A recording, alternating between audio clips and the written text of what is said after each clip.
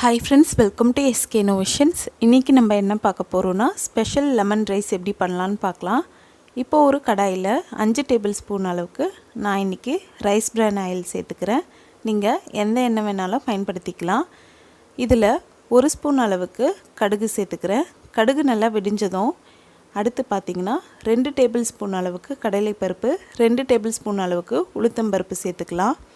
இந்த பருப்பு ஓரளவுக்கு கலர் சேஞ்ச் ஆக ஆரம்பித்ததும் அடுத்து இதோட 2 டேபிள் ஸ்பூன் அளவுக்கு வேர்க்கடலை, 1 டேபிள் ஸ்பூன் அளவுக்கு முந்திரி பருப்பு சேர்த்துக்கலாம். இப்போ இதை நல்லா இந்த எண்ணெயில் வறுத்து விட்டுக்கலாம். மீடியம் ஃப்ளேமில் வச்சு வறுத்து விட்டுக்கோங்க. அடுத்து இதோட 1 டேபிள் ஸ்பூன் அளவுக்கு தோல் நீக்கிய இஞ்சியை நல்லா சின்ன சின்னதாக கட் பண்ணி சேர்த்துக்கிறேன். இது கூடவே 3 பச்சை மிளகாய், 3 காய்ந்த மிளகாய் சேர்த்துக்கிறேன். இப்போ இதை எல்லாமே வறுத்து விட்டுக்கலாம். நம்ம சேர்த்துருக்க பருப்பு நல்லா கோல்டன் ப்ரௌன் கலர் வர வரைக்கும் இதை நம்ம நல்லா வறுத்து விட்டுக்கலாம். இப்போ பார்த்திங்கன்னா இது நல்லா வறுப்பட்டுடுச்சு. அடுத்து இதோட 1/2 டீஸ்பூன் அளவுக்கு மஞ்சள் தூள், கொஞ்சமாக பெருங்காயத்தூள் சேர்த்துக்கிறேன். பெருங்காயத்தூள் பார்த்திங்கன்னா ஒரு 1/4 ஸ்பூன் அளவுக்கு சேர்த்துக்கோங்க. அடுத்து கொஞ்சமாக கறிவேப்பிலை இலைகள் சேர்த்து ஒரு 10 செகண்டுக்கு இதை நல்லா இந்த எண்ணெயில் ஃப்ரை பண்ணிக்கலாம்.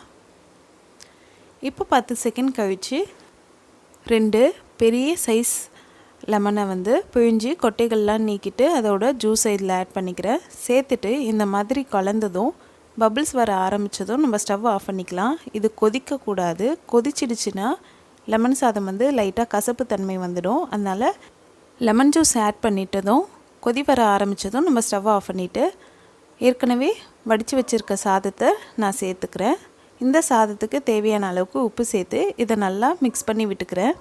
பொதுவாக பார்த்திங்கன்னா லெமன் ரைஸ்க்கு பச்சரிசி சாதம் ரொம்பவே நல்லாயிருக்கும் புழுங்கல் அரிசியை விட. புழுங்கல் அரிசி பார்த்திங்கன்னா புளி சாதத்துக்கு நல்லாயிருக்கும். அதனால் லெமன் ரைஸ் செய்கிறீங்கன்னா பச்சரிசி சாதமோ இல்லாட்டி பாஸ்மதி ரைஸோ நீங்கள் பயன்படுத்தலாம். நான் இன்றைக்கி நார்மலான பச்சரிசி சாதம் தான் ஆட் பண்ணியிருக்கேன். இப்போ இதை நல்லா கலந்து விட்டுட்டு நம்ம இதை சர்வ் பண்ணிக்கலாம். அவ்வளோதான், நம்மளோட ஸ்பெஷல் லெமன் ரைஸ் சூப்பராக ரெடி ஆகிடுச்சு. நம்ம நார்மலாக லெமன் ரைஸில் காய்ந்த மிளகாயோ முந்திரி பருப்போ வேர்க்கடலையெல்லாம் சேர்க்க மாட்டோம். ஆனால் இந்த மாதிரி ஒன் டைம் கண்டிப்பாக செய்து பாருங்கள்.